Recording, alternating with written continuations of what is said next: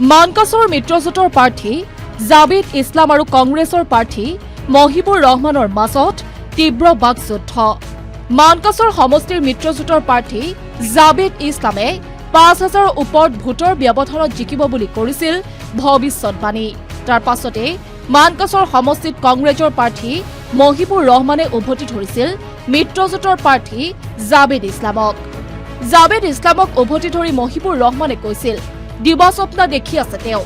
তাৰ পাছতে আকৌ মহিবুৰ ৰহমানক উভতি ধৰে মিত্ৰজোঁটৰ প্ৰাৰ্থী জাবেদ ইছলামে।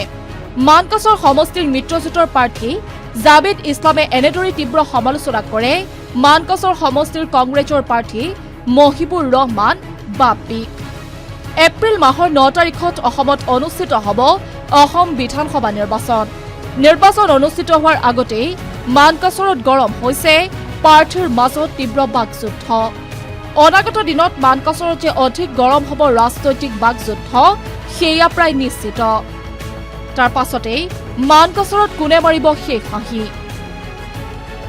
মিত্ৰজোঁটৰ প্ৰাৰ্থী জাবেদ ইছলামে নে কংগ্ৰেছৰ প্ৰাৰ্থী মহিবুৰ ৰহমানে, সেয়া সময়তহে লক্ষণীয় হ'ব। কিন্তু তাৰ আগতেই মানকাছৰত প্ৰাৰ্থীৰ গৰম ডায়লগ অধিক আকৰ্ষণীয় কৰি তুলিছে নিৰ্বাচনী বতাহ। তেখেত বোধহয় দিবা স্বপ্ন দেখি আছে, দিনতে সপোন দেখা বুলি যিটো কয়। তেখেতক বেয়াকৈ মই ক'ব খোজা নাই, কিন্তু তেখেত কোনটো কেলকুলেশ্যনত কৈছে নাজানো। তেখেতৰ যিটো ফিল্ডৰ আজি পজিশ্যন আপোনালোকেও জানে, তেখেতৰ এটা মিটিং যদি জিপি লেভেলত কৰিব লাগে গোটেই সমষ্টিক খবৰ দিব লগা হয়। গোটেই সমষ্টিৰ পৰা তেখেতে মানুহ আনিহে এটা জিপিত মিটিং কৰিব পাৰে। সেইকাৰণে তেখেতে কোনটো কেলকুলেশ্যনত কৈ আছে মই বুজি পোৱা নাই। যোৱাকালি মই কাকিৰ পৰা জাতপিচিত তেখেতৰ হোম জাতপিচিত গৈছিলোঁ, তাতে ৰাইজৰ যিটো সঁহাৰি পালোঁ আৰু জাবেদ ইছলাম ডাঙৰীয়াৰ ওপৰত পাৰ্চনেলি নহয় কিন্তু এজিপি বিজেপিৰ ওপৰত মানুহৰ যিটো ক্ষোভ আছে, তেখেতে কি লেভেলত কেলকুলেশ্যন কৰিছে মই নাজানো, কিন্তু এই কথাটো ওলোটাহে একচুৱেলি। তেখেত মোৰ বোধেৰে কংগ্ৰেছে ৫০,০০০তকৈ অধিক ভোটত জিকিব লাগে। বাপ্পী কি বস্তু এইটো? মই বুজ হোৱাৰ পৰা আৰম্ভ কৰি ৪০ বছৰৰ পৰা দিনে ৰাতি পৰিশ্ৰম কৰি এই মাটিৰ লগত জমিৰ লগত মই বতাহৰ লগত আছো। ইয়াত যিমান ঘাট প্ৰতিঘাত হয় প্ৰত্যেকটো ঘাট প্ৰতিঘাতত মই থাকো। ৰাইজৰ যেতিয়া মুচিবত হয়, প্ৰয়োজন হয়, বিপদ হয়, মই থিয় দিওঁ। তেখেতৰ দেউতাও কেতিয়াও থিয় দিয়া নাই, তেখেতে একো নাজানেও।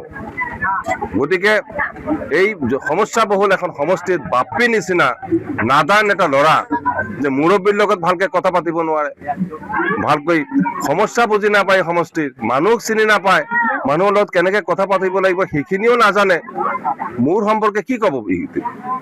মোক ৰাইজে চিনি পায়, মোক ৰাইজে ভালকে বুজি পায়। কাৰণ যেতিয়াই ৪০ বছৰত যেতিয়াই প্ৰয়োজন হৈছে ৰাইজক মই কেতিয়াও ফাঁকি দিয়া নাছিলো। প্ৰত্যেকটো সময়ত প্ৰয়োজনত আমি লগ দিছো, আমি সাহাৰা দিছো। কিন্তু এনেকুৱা এটা প্ৰমাণ দেখাব নোৱাৰিব তেখেতৰ দেউতা অথবা তেখেত বাপ্পী এদিন ৰাইজৰ মানে প্ৰয়োজনত থিয় দিছিল, বিপদত খাৰা হৈছিল। এটা নজিৰ দেখাওকচোন, আমাৰ শ নজিৰ পাব। গতিকে সি আৰু মোৰ কথা কি ক'ব বিচাৰে? যিকোনো খবৰৰ বাবে যোগাযোগ কৰক আমাৰ এই নম্বৰত 9181 307 221।